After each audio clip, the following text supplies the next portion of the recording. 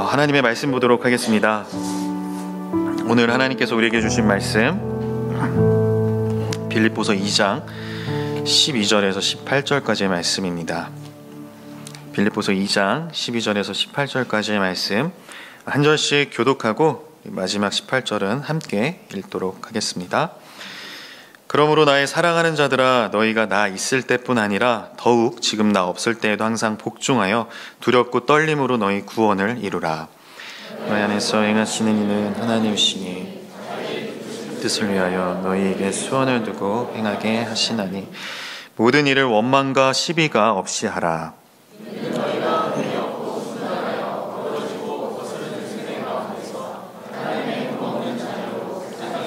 그 가운데 빛들로 나타내며 생명의 말씀을 밝혀 나의 다름질이 헛되지 아니하고 수고도 헛되지 아니하므로 그리스도의 날에 내가 자랑할 것이 있게 하려 함이라.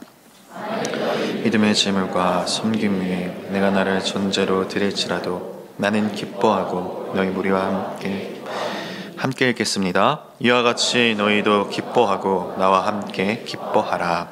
아멘. 이 시간에는 그리스도를 위해 밝게 빛나라 라는 주제로 여러분들과 함께 말씀을 나누고자 합니다.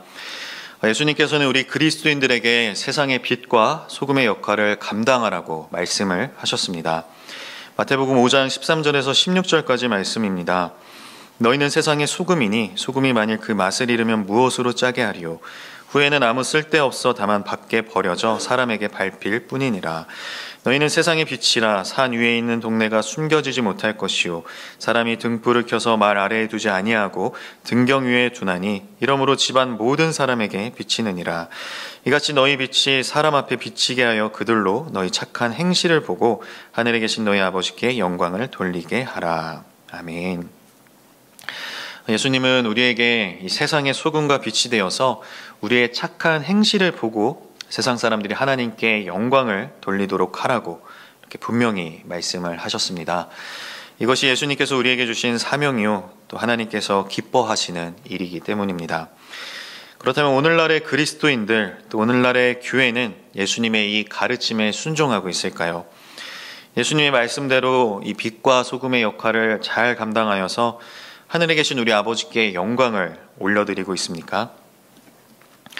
저와 여러분 주위에 있는 사람들, 가족, 또 친척, 친구, 이 직장 동료들은 우리의 착한 행실을 보고 하늘에 계신 아버지께 영광을 올려드리고 있는지, 또 그들에게 그리스도의 향기를 풍기며 선한 영향력을 끼침으로써 예수님을 한번 만나보고 싶은 그런 마음이 들도록, 또 하나님을 알아보고 싶은 그런 마음이 들도록 인도하고 있는지 이 시간에 함께 돌아보기를 원합니다.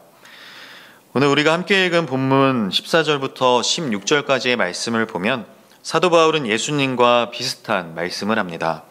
우리가 어떠한 모습으로 살아가야 하는지를 이야기하고 있죠. 먼저 14절 말씀부터 보겠습니다. 모든 일을 원망과 시비가 없이 하라. 사도 바울은 먼저 우리에게 모든 일을 원망과 시비가 없이 하라라고 말씀합니다. 원망은 무엇입니까? 하나님의 인도하심에 대한 불만의 표현입니다. 하나님의 뜻에 만족하지 않는 것은 하나님을 향한 불신을 표현하는 것이죠. 이 시비는 원어의 의미를 보면 토론하다, 또 논쟁하다, 의심스러운 상상, 추리를 뜻하는 단어입니다. 하나님을 향한 불신과 불안에 쌓여서 이런저런 판단을 내리는 것, 이것이 바로 시비라는 것이죠. 사도 바울이 모든 일을 원망과 시비가 없이 하라고 말씀한 것은 두 가지를 의미합니다. 하나는 광야에서 출애굽한 이스라엘 백성이 그랬던 것처럼 어려울 때마다 하나님께 원망하는 그런 사람들이 되지 말고 하나님의 뜻이라면 반드시 즐거움으로 순종하라는 의미로 이해할 수 있습니다. 다른 하나는 교회 안에서 성도들 간에 서로 원망하는 등 다투지 말라는 의미로 또 이해할 수가 있죠. 어떤 의미로 생각을 하든지 간에 모든 일을 원망과 또 시비가 없이 하는 것은 세상의 빛과 같은 그런 모습이 된다는 것입니다. 15절 말씀입니다. 이는 너희가 흠이 없고 순전하여 어그러지고 거스르는 세대 가운데서 하나님의 흠없는 자녀로 세상에서 그들 가운데 빛들로 나타내며. 사도 바울 역시 예수님이 말씀하셨던 것처럼 이 빌립보 교회 성도들에게 또 오늘날을 살아가는 우리 그리스도인들에게 흠이 없고 또 순전하여 세상에서 믿지 않는 자들 가운데 빛으로 나타나라고 권면을 합니다. 예수님도 그렇고 사도 바울도 그렇고 이 그리스도인을 빛을 지닌 사람으로 비유합니다. 반면 예수님을 믿는 믿음이 없는 세상은 어그러지고 거스르는 세대라고 표현을 하고 있죠. 이러한 표현은 결국 불법적이며 사악하고 왜곡된 세상의 정신 상태를 포함한 이 모든 세태를 말한다고 볼 수 있습니다.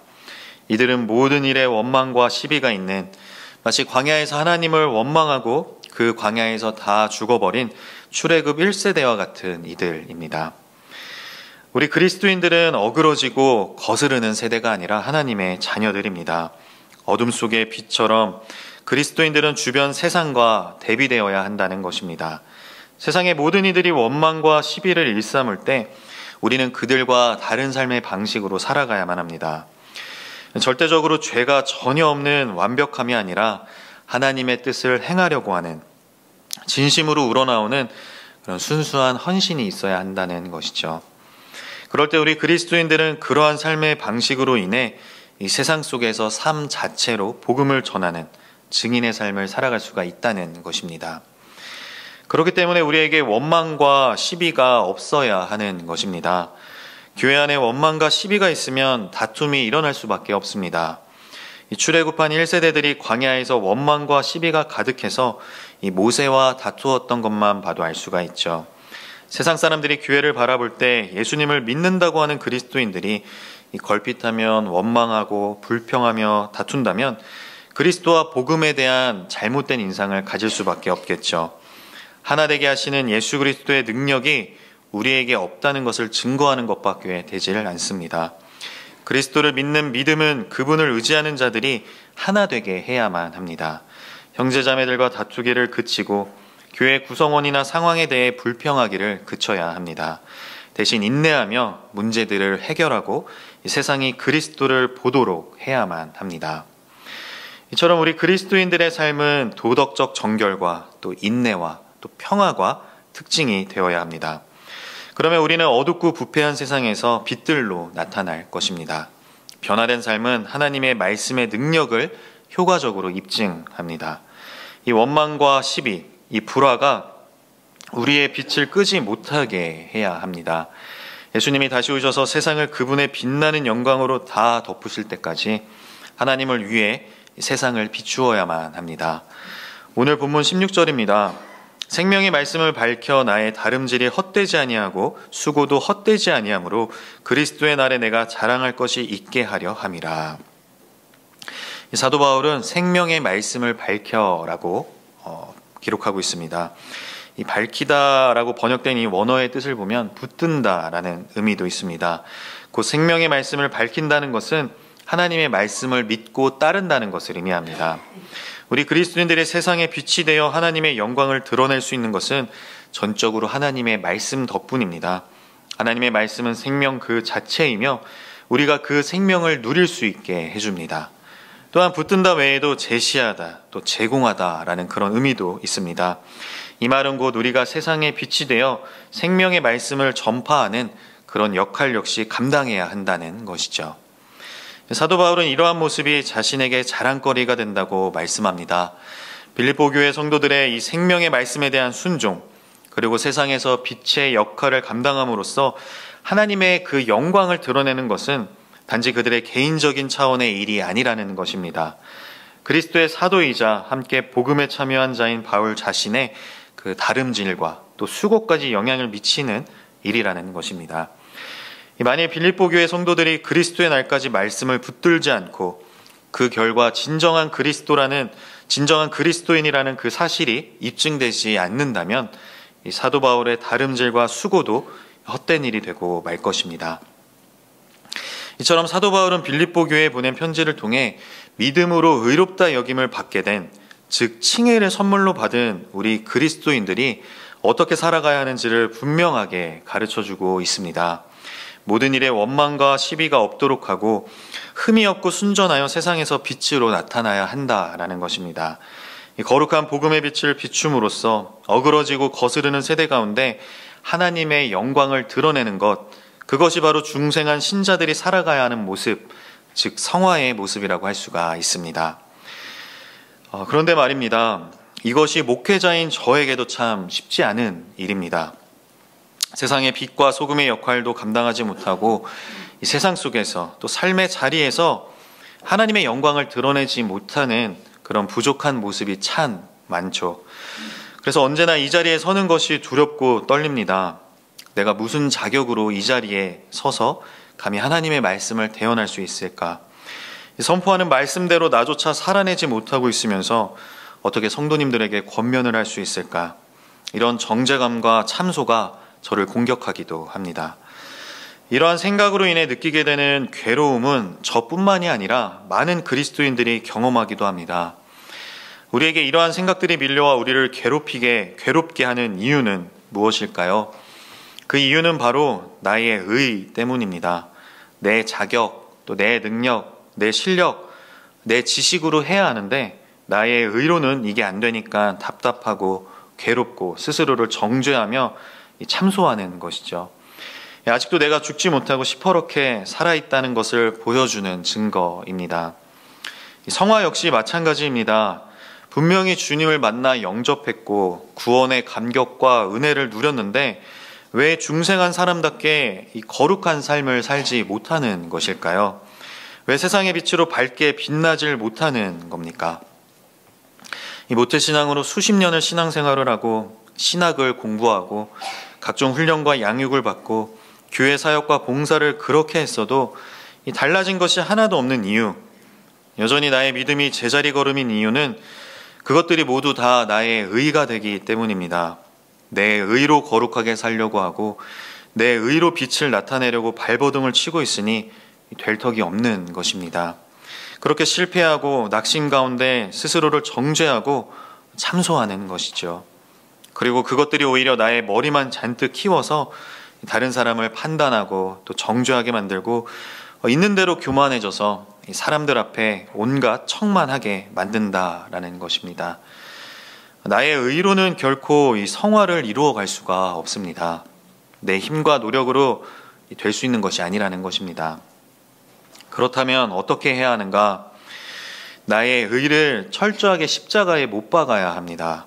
육의 생각과 감정과 판단을 모조리 다 십자가에 못 박고 나의 자아를 죽여서 오직 하나님의 영으로 인도함을 받으며 살아갈 때, 즉 나는 죽고 오직 예수로 살아갈 때만 우리는 진정한 성화를 이루어갈 수 있다라는 것입니다. 그럴 때 비로소 우리는 그리스도를 위해 밝게 빛날 수가 있는 것입니다. 그럼 여기에서 질문이 하나 생깁니다. 만일 성화를 우리 안에 계신 이 주님께서 이루어 가신다면 우리는 그저 가만히 있기만 하면 되는 것인가? 구원이 우리의 행위나 공로에 달린 것이 아니라 이 전적인 하나님의 은혜로 주어지는 것이라면 우리는 두 손 놓고 무책임하게 있어도 하나님께서 알아서 책임져 주시는 것인가? 이런 질문이 생길 수가 있죠. 그런데 사도 바울은 오늘 본문 12절에서 우리에게 구원을 이루어 가라고 말씀합니다. 그러므로 나의 사랑하는 자들아, 너희가 나 있을 때뿐 아니라 더욱 지금 나 없을 때에도 항상 복종하여 두렵고 떨림으로 너희 구원을 이루라.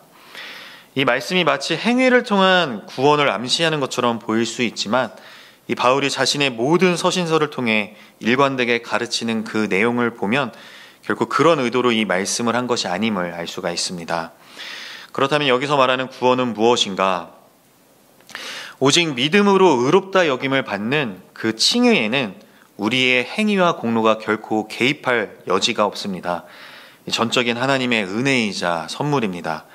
하지만 칭의 이후에 중생한 성도들이 걸어가야 할 그 성화의 여정에는 우리의 순종이 요구된다는 것입니다. 즉 사도 바울이 12절에서 말씀하고 있는 구원은 이 성화의 측면에서 우리가 구원의 여정을 걸어가며 그 안에서 하나님이 주시는 그 복을 점진적으로 경험하게 된다는 것을 의미하는 것입니다. 빌립보 교인들을 비롯한 오늘날 우리 그리스도인들의 이런 지속적인 순종은 이런 의미에서 구원을 이루어가는 일의 일부라는 것이죠. 하지만 이어지는 13절 말씀이 입증하듯이 이런 모든 과정들은 하나님께서 하나님의 백성 안에서 역사하신 결과입니다. 13절 말씀을 한번 보겠습니다. 너희 안에서 행하시는 이는 하나님이시니 자기의 기쁘신 뜻을 위하여 너희에게 소원을 두고 행하게 하시나니.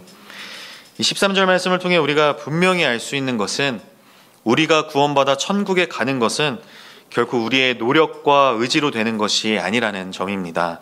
우리 안에서 행하시는 분은 하나님이시고 하나님께서는 그 기쁘신 뜻을 위해 이 구원의 도상에 있는 성도들 속에 하나님의 뜻을 행하고자 하시는 그 의지를 일으키신다는 것입니다. 그렇게 하나님께서 우리에게 두신 그 소원을 통해 우리로 하여금 그 하나님의 역사를 자발적 의지로 이루어 나가게 하십니다. 다시 한번 정리하자면 중생, 즉 우리의 거듭남은 전적으로 하나님께서 하시는 일입니다. 거기에는 우리의 그 어떤 행위나 공로가 개입할 여지가 없습니다. 하나님의 은혜이자 선물이라는 것입니다. 우리의 거듭남을 위해 우리가 하나님을 돕는다라는 것은 결코 있을 수가 없는 일이죠. 그러나 이 성화는 다른 문제입니다. 성화는 하나님과 우리 그리스도인들이 협력하여 이루어가는 일입니다. 우리는 성화되기 위해 반드시 하나님과 함께 우리가 해야 할 일들을 해야만 합니다.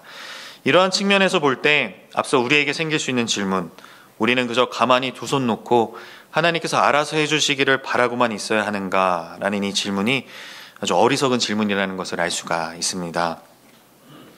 그렇다면 우리 안에서 행하시는 하나님과 합력하여서 우리가 구원을 이루어가기 위해 무엇을 해야 할까요? 거룩하게 살아보고자 그렇게 부단히도 애쓰고 노력했지만 번번이 실패했는데 과연 우리가 할 수 있는 일이 있기는 할까요? 예수님의 말씀대로 세상의 빛으로 밝게 빛나기 위해 우리가 할 수 있는 일, 세 가지만 오늘 우리가 함께 읽은 이 본문 말씀을 통해서 여러분과 나눠보고자 합니다. 우리가 세상에서 밝게 빛나기 위해 해야만 하는 것, 첫 번째는 두렵고 떨림으로 복종해야 한다라는 것입니다. 오늘 본문 12절입니다. 그러므로 나의 사랑하는 자들아, 너희가 나 있을 때뿐 아니라 더욱 지금 나 없을 때에도 항상 복종하여 두렵고 떨림으로 너희 구원을 이루라. 사도 바울은 12절 말씀을 그러므로 라는 단어로 시작하고 있습니다.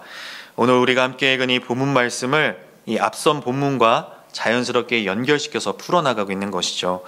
빌립보 교회 성도들이 두렵고 떨림으로 그들의 구원을 이루어가야 하는 근거가 바로 빌립보서 2장 6절에서 11절까지 기록되어 있다는 것입니다.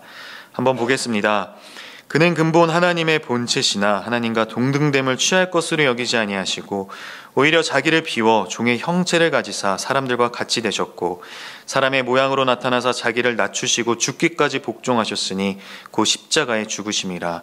이러므로 하나님이 그를 지극히 높여 모든 이름 위에 뛰어난 이름을 주사 하늘에 있는 자들과 땅에 있는 자들과 땅 아래에 있는 자들로 모든 무릎을 예수의 이름에 꿇게 하시고 모든 입으로 예수 그리스도를 주라 시인하여 하나님 아버지께 영광을 돌리게 하셨느니라. 아멘.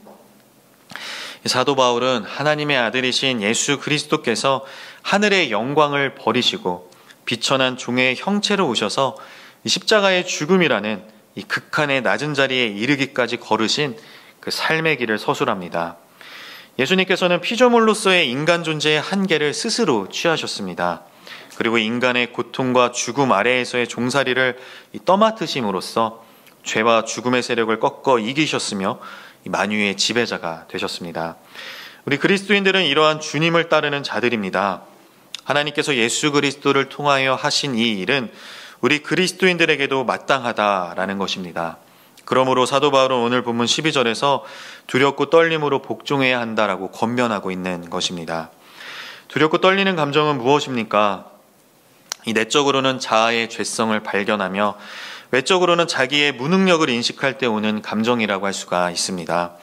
즉 우리 신앙의 본이 되시는 예수 그리스도께서 자신을 낮추심으로써 지극히 높아지신 것처럼 우리 그리스도인들 역시 자아를 부인하고 낮추며 이 하나님 앞에서 겸손해야 한다라는 것입니다. 내가 전적으로 하나님께 달려있다는 것을 알아야만 겸손함으로 무릎 꿇고 두려움과 떨림으로 복종할 수가 있는 것입니다. 우리가 분명하게 기억해야 할 것은 하나님의 아들이신 예수님조차 자기를 비우시고 지극히 낮아지셨다라는 것입니다. 이 바울보다 1세기 전 로마 정치인이자 철학자였던 키케로는 십자가 사형을 가장 잔인하고 혐오스러운 처벌이라고 말했습니다. 또 바울과 동시대 철학자인 세네카는 십자가에 죽을 것 같으면 십자가에서 죽기 전에 빨리 죽는 것이 낫다고 말했습니다. 십자가는 그만큼 가장 낮은 자리입니다. 그런데 예수님은 그렇게 자신을 비우시고 지극히 낮아지셨다는 것입니다. 예수님께서 그러하셨는데 하물며 우리야 말할 것도 없겠죠.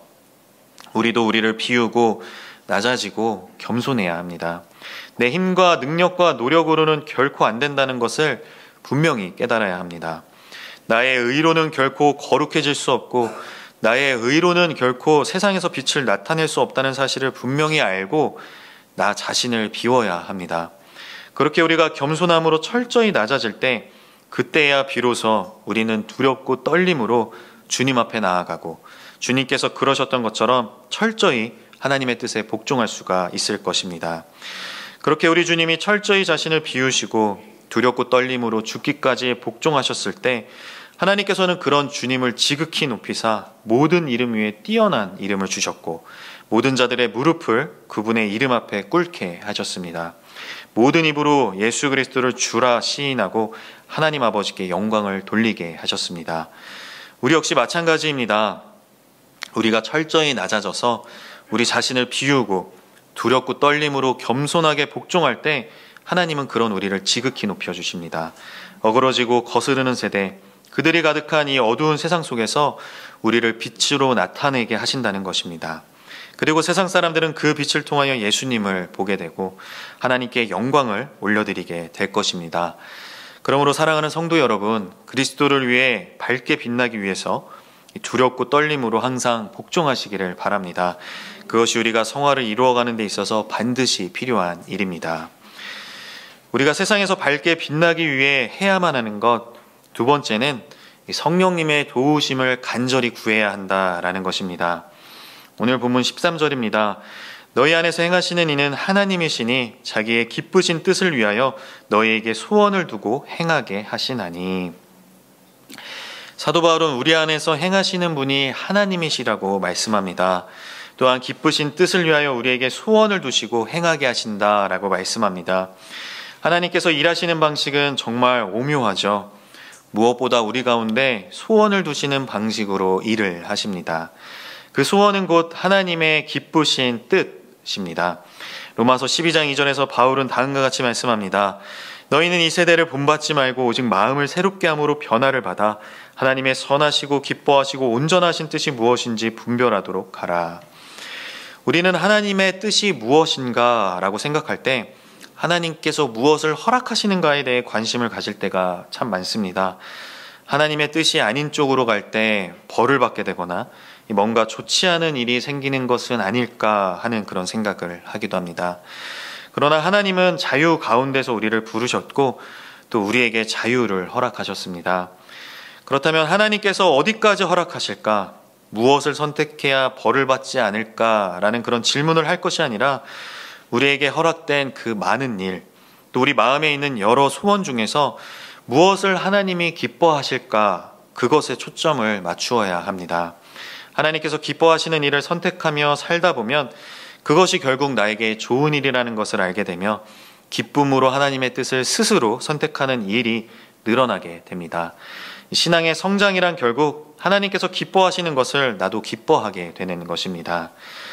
오늘 본문 13절에서 사도 바울이 분명히 말씀하고 있는 것처럼 우리 안에서 행하시는 분이 하나님이시다라는 이 사실은 우리에게 정말 큰 위로가 됩니다. 우리 안에 우리의 연약함을 아시고 우리를 도우시는 그 보혜사 성령 하나님이 계시다는 것을 분명히 증거해주는 말씀이기 때문입니다. 우리는 이 말씀에 힘입어 죄에 죽고 의에 살고자 하는 우리의 노력이 반드시 열매를 맺을 것이라는 소망을 가질 수가 있습니다. 성령 하나님께서 일하시기 때문입니다. 사도 바울은 우리에게 우리가 결코 혼자가 아니라는 사실을 분명히 주지시켜 줍니다. 우리 스스로의 힘으로 뜻을 갖거나 우리 스스로의 힘으로 일하지 않을 것임을 확신할 수 있도록 도와주고 있죠. 우리의 의지와 행동은 하나님의 능력이 역사하시는 활동 무대가 되는 것입니다. 그렇기에 우리는 하나님께서 우리에게 요구하시는 그 거룩함을 향해서 담대하게 나아갈 수 있습니다. 이 레위기를 보면 하나님께서는 우리에게 하나님의 거룩한 성품을 반영하여 우리 역시 거룩하라고 말씀을 하고 계십니다. 레위기 11장 45절 말씀입니다. 나는 너희의 하나님이 되려고 너희를 애굽 땅에서 인도하여 낸 여호와라. 내가 거룩하니 너희도 거룩할지어다. 그런데 문제는 우리 안에 거룩함이 존재하지 않는다는 것입니다. 우리는 거룩하지가 않죠. 그런데 하나님은 우리에게 거룩하라고 말씀을 하시고 또 성경은 우리를 거룩한 성도로 칭한다는 것입니다. 하나님께서 우리에게 불가능한 일을 명령하시고 그 명령대로 하지 못했다고 우리를 심판하시는 분이십니까? 결코 그렇지 않습니다. 하나님께서 이렇게 말씀하신 이유는 우리가 하나님처럼 거룩해질 수 있다는 것을 의미합니다. 그렇다면 우리 자신 안에는 거룩함이 없는데 우리가 어떻게 거룩해질 수가 있는가? 그리스도의 형상을 따라 우리를 거룩한 자들로 만드시는 이가 바로 성령 하나님이시라는 겁니다. 하나님의 영이 성령, 곧 거룩하신 영으로 불리시는 그 이유는 성령님께서 우리를 거룩하게 하시는 분이시기 때문입니다. 하나님은 거룩하게 살아가고자 하는 우리를, 또 세상에 빛을 나타내기 위해 애쓰고 버둥대는 우리를 나 몰라라 하며 내버려 두시는 분이 결코 아니십니다. 하나님은 우리 곁에, 우리 안에 계시면서 도움을 주기를 원하십니다. 하나님께서는 자녀된 우리를 통하여 하나님의 일을 이루어 가시되 결코 강압적으로 하시는 분이 아니십니다. 먼저 우리의 마음속에 소원을 주시고 이에 따라 우리가 자발적으로 또 기쁘게 이 일들을 감당하게 하시는 분이십니다. 그렇게 우리가 하나님의 다스림에 복종하며 이 성령 하나님께서 우리 안에서 또 우리를 통해 일하시게 할 때 우리는 거룩하게 변화된 삶, 이 성화의 삶을 살아갈 수 있는 것입니다. 따라서 우리는 성령 하나님께 간절히 간구해야 합니다. 유혹에 맞서 싸우면서 그분의 뜻을 행하도록 도와주시고 또 그분의 뜻을 행하려는 소원을 갖도록 도와달라고 늘 기도해야 합니다. 지금까지 살펴본 내용을 통해 우리는 이 성화의 과정이 오직 하나님께만 달린 것이 아니고 또 반대로 오직 우리에게만 달린 것이 또 아니라는 것을 알 수 있습니다. 하나님과 우리가 함께 협력하여서 이 성화의 여정을 걸어가야 함을 알 수가 있죠. 여기서 어디까지가 우리의 일이고 또 어디까지가 하나님의 일인지 분명히 알 수는 없습니다. 다만 우리가 분명히 알 수 있는 것은 구원이 하나님께서 시작하신 일이고 그 성취도 전적으로 하나님께 달려있다는 것, 그와 동시에 우리의 노력도 요구받는다는 사실입니다. 시편 127편 1절은 이렇게 말씀합니다. 여호와께서 집을 세우지 아니하시면 세우는 자의 수고가 헛되며 여호와께서 성을 지키지 아니하시면 파수꾼의 깨어있음이 헛되도다. 우리가 직접 우리의 손으로 집을 지어야 하지만 하나님의 도우심이 없다면 아무런 소용이 없다는 말씀입니다. 우리는 열심히 우리가 해야 할 일을 하면서 또 하나님께 우리의 손이 행한 일을 우리에게 견고하게 하소서라고 간구해야 합니다. 개인적이건 공동체적이건 우리의 성화를 위해서 두려움과 떨림을 가지고 노력해야 합니다. 그러나 우리는 우리가 그런 성화를 위한 노력을 할 수 있는 것이 오직 우리보다 앞서서 역사하시는 하나님의 그 은혜 덕분이라는 것, 또 하나님께서 우리 가운데서 역사하셔서 우리에게 소원을 주시고 또 우리에게 능력을 주셔서 우리가 그런 노력을 할 수 있게 하신다는 것을 우리는 반드시 인정해야 합니다. 하나님께서 우리 안에서 행하시며 우리에게 소원을 두고 행하시게 하신다는 그런 확신이 없다면, 그러니까 하나님의 은혜에 힘입지 않은 채 이 성화를 위해 노력하는 일은 인간적인 것에 불과할 것입니다. 그리고 모든 인간적인 것은 불완전한 것이므로 그런 성화는 당연히 온전한 것이 되지 못합니다. 반면에 하나님의 은혜에 의지한다고 하면서 스스로는 아무런 성화에 노력을 하지 않는다면 그것은 성화를 이루려는 의지도 주시고 또 능력도 주시는 그 하나님의 은혜를 사실상 저버리는 것입니다. 오늘 우리가 읽은 이 본문 말씀은 하나님의 주도권을 강조하는 그 장로교의 칼빈주의와 또 인간의 책임과 응답을 강조하는 이 감리교의 알미니안주의가 절묘한 균형을 이루고 있는 말씀입니다. 어쩌면 구원을 이루라는 이 말이 어색하게 들리는 분들이 계실 겁니다. 이 구원을 받았다는 말이 익숙하기 때문이죠. 구원은 우리가 이루는 것인가 아니면 받는 것인가, 또 이미 받은 것인가 아니면 이루어 가야 하는 것인가. 우리가 분명히 기억해야 할 것은 구원이 단지 칭의로만 끝나는 것이 아니라는 것입니다. 난 의롭다 칭함받고 이제 구원받게 되었어. 이제 어떻게 살아도 이 구원에서 탈락한 일은 없으니까 안심하고 마음 편히 살자. 이런 식의 태도는 이단인 구원파 교리입니다. 이 구원의 단계는 의롭다 여김을 받는 칭의 이후에 하나님의 거룩한 성품을 닮아가는 성화, 최종적으로 우리가 부활체를 입고 이 구원의 완성이 되는 영화의 단계로 발전해 나간다는 것을 우리는 기억해야 합니다. 이러한 구원의 순서에 있어서 중생, 즉 거듭남과 이 칭의는 그것으로 구원이 보장되었으므로 이 과거적 구원이라고 하고, 이 성화는 진행 중이므로 현재적 구원이라고 합니다. 그리고 죄와 그 결과로부터 완전히 해방되어서 이 성결한 자리, 즉 그리스도의 보좌 앞에 이르는 영화는 미래적 구원이라고 할 수가 있습니다. 그렇다면 현재를 살아가고 있는 우리가 이 현재 진행 중인 이 성화의 과정 가운데 무엇을 할 수 있는가? 앞서 우리 안에는 거룩함이 없다고 말씀을 드렸죠. 우리가 스스로 거룩해지고자 하는 노력, 우리가 스스로 세상 속에서 빛을 내고자 하는 그 모든 노력들이 무의미하다는 것입니다. 그렇다면 도대체 우리는 무슨 노력을 해야 하는가? 우리가 구원을 이루기 위해서 해야 하는 것은 무엇인가? 바로 성령 하나님께서 내 안에서 행하실 수 있도록, 하나님의 기쁘신 뜻을 위하여 우리에게 소원을 두고 행하실 수 있도록 우리를 전적으로 내어드려야 한다는 것입니다. 나의 지식, 나의 경험, 나의 이성, 나의 생각과 판단, 감정을 모두 다 내려놓고 내가 철저히 죽을 때, 그렇게 나 자신을 비워서 내 안에 성령님의 자리를 내어드릴 때, 그럴 때만 우리는 성령님을 힘입어서 거룩해질 수 있고 예수님의 성품을 닮아갈 수 있으며 그리스도를 위해 세상 속에서 밝게 빛날 수가 있습니다. 그러니 우리는 성령님의 도우심을 간절히 구하고 철저히 성령님께 나를 내어드려야만 합니다. 그리고 내 안에 소원을 두고 행하게 하시는 그 성령님의 그 인도하심에 귀를 기울이고 순종해야 합니다. 구원을 이루어가는 이 여정은 이와 같은 순종이 뒷받침되어야만 걸어갈 수가 있습니다. 의지 또는 믿음과 우리의 순종은 분리될 수가 없기 때문입니다. 우리가 예수님을 더욱더 닮아가며 예수님의 제자로서 세상에 선한 영향력을 끼치고 하나님께 영광을 올려드리려면 우리 안에서 역사하시는 그 성령님의 능력을 힘입어야만 합니다. 그리고 우리에게 말씀하시는 그 성령님의 음성에 순종해야만 합니다. 그럴 때 우리는 그리스도를 위해 밝게 빛날 수가 있습니다. 성령님께 전적으로 내어드리고 오직 성령님만 의지하시는 저와 여러분이 다 되기를 소망합니다. 마지막으로 우리가 세상에서 밝게 빛나기 위해 해야만 하는 것은 주님만을 더욱 사랑하는 것입니다. 오늘 본문 17절 말씀입니다. 만일 너희 믿음의 재물과 섬김 위에 내가 나를 전제로 드릴지라도 나는 기뻐하고 너희 무리와 함께 기뻐하리니.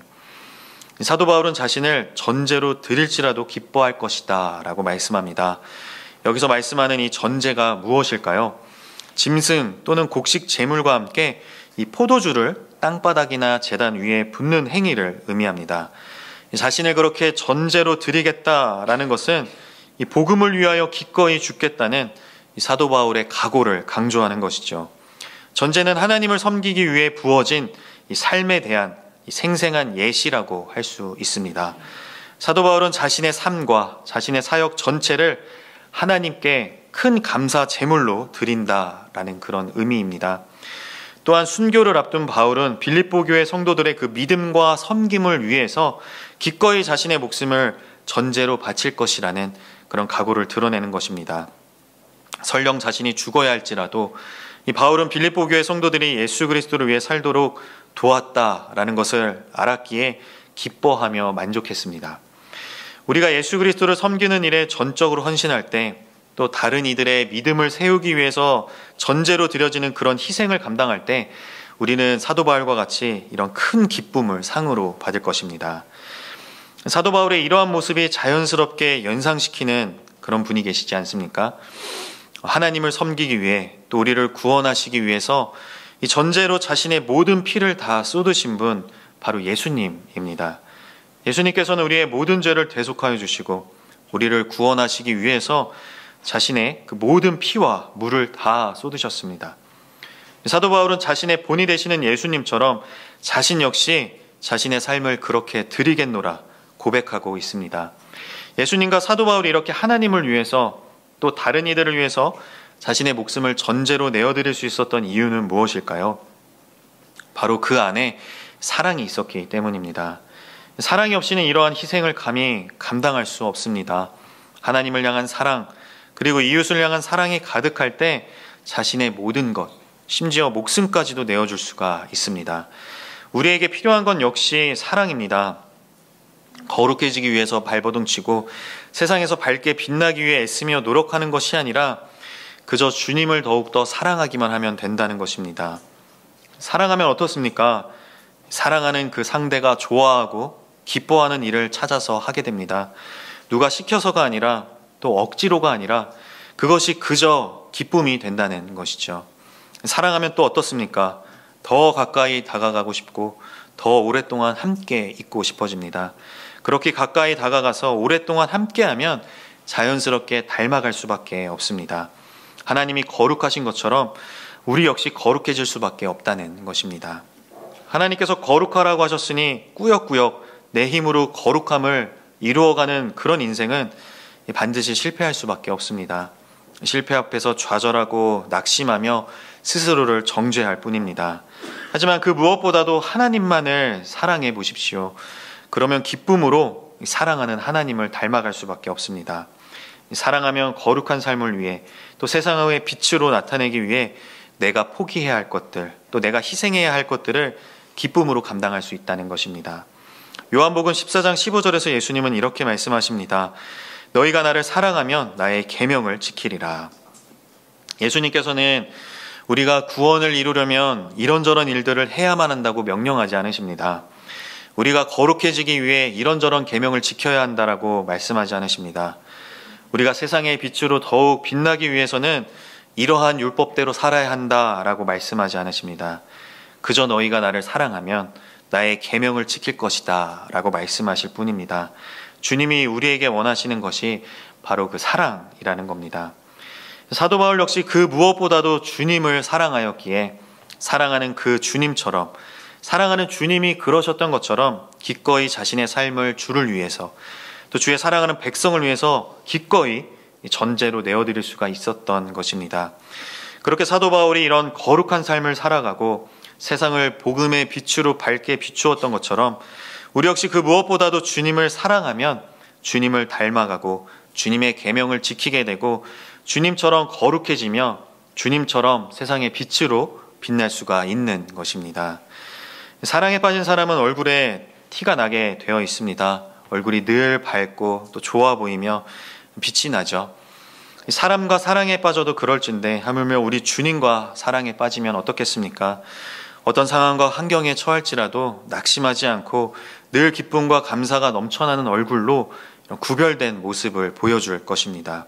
어디서 무엇을 하든지 사랑하는 주님께서 기뻐하시는 그 거룩한 모습으로 밝게 빛나며 하나님께 영광을 올려드리는 그런 삶을 살아갈 것입니다. 사랑하는 성도 여러분, 우리는 우리의 의로 결코 거룩해질 수가 없습니다. 우리의 힘과 노력으로는 결코 이 세상의 빛으로 살아갈 수가 없습니다. 그 사실을 분명히 기억하시고 하나님 앞에 두렵고 떨림으로 겸손하게 서시기를 바랍니다. 그리고 철저히 나의 의를 죽이고 나를 비워내시기를 바랍니다. 우리가 주님을 닮아가며 우리가 거룩하게 살아갈 수 있도록 그 힘을 주시는 분은 우리 안에서 행하시는 성령 하나님이십니다. 그분께 우리를 완전히 내어드리시기를 바랍니다. 그리고 간절히 성령님의 도우심을 간구하시기를 바랍니다. 마지막으로 그 무엇보다 주님만을 사랑해 보시기를 바랍니다. 율법의 요구와 나의 의를 모두 버리고 그저 주님 한 분만을 사랑해 보시기를 바랍니다. 그럴 때 우리는 그리스도를 위해 이 어두운 세상 속에서 밝게 빛날 수가 있을 것입니다. 이 어두운 세상을 환하게 밝히는 거룩한 저와 여러분들이 다 되기를 주님의 이름으로 축복합니다. 지금 우리 함께 말씀을 붙들고 기도하며 나아가도록 하겠습니다.